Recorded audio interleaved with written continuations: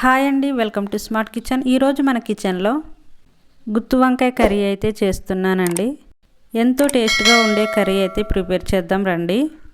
ముందుగా 1/2 kg వంకాయలు తీసుకొని నీట్గా కడిగిన తర్వాత వీడియోలో చూపించిన విధంగా కట్ చేసుకొని తీసుకోవాలి. మసాలా కోసం మీడియం సైజ్ 2 ఆనియన్స్, అల్లం వెల్లుల్లి జీలకర్ర మిరియాలు, దాల్చిన చెక్క లవంగాలు 2 యాలకులు, వీటన్నింటినీ మెత్తని పేస్ట్లా మిక్సీ పట్టుకోవాలి.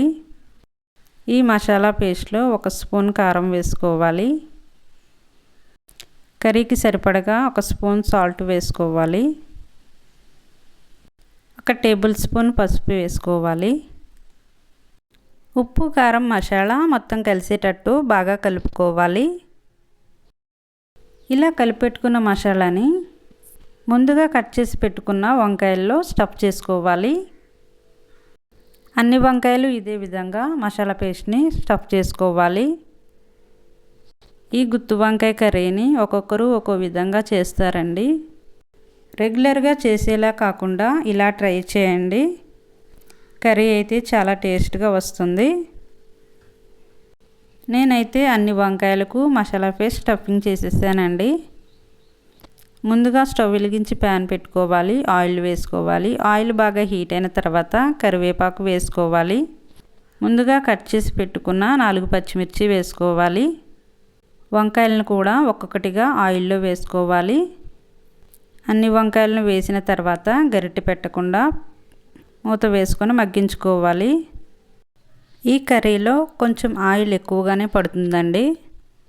ఆయిల్ ఎక్కువైనట్లు అనిపిస్తుంది కానీ కర్రీ ఉడికేసరికి సరిపోతుందండి. కర్రీని ఒకసారి కలిపిన తర్వాత మూత వేసుకొని ఒక 10 minutes కుక్ చేసుకోవాలండి. వంకాయలు అయితే మగ్గిపోయాయండి. కర్రీకి సరిపడగా 1 గ్లాస్ వాటర్ వేసుకోవాలి.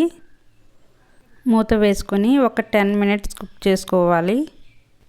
చూసారుగా వంకాయ అయితే చాలా బాగా కుక్ అయిందండి. రైస్, రోటీ, పుల్కా, చపాతీ అన్నింటిలోకి కర్రీ చాలా టేస్ట్గా ఉంటుందండి. మీరు కూడా ట్రై చేయండి. ఎలా వచ్చిందో నాకు కామెంట్ చేయండి. నచ్చితే లైక్ చేయండి. ఇలా గ్రేవీగా ఉన్నప్పుడే స్టవ్ ఆఫ్ చేసుకోవాలి. రెడీ అయిన కర్రీని సర్వింగ్ బౌల్లోకి తీసుకుందాం. గుమగుమలాడే గుత్తి వంకాయ కర్రీ అయితే రెడీ అయిపోయిందండి. మీరు కూడా ట్రై చేయండి. మీ ఫ్యామిలీ మొత్తానికి ఫేవరెట్ కర్రీ అయిపోతుందండి. నచ్చితే లైక్ చేయండి, సబ్స్క్రైబ్ చేసుకోండి.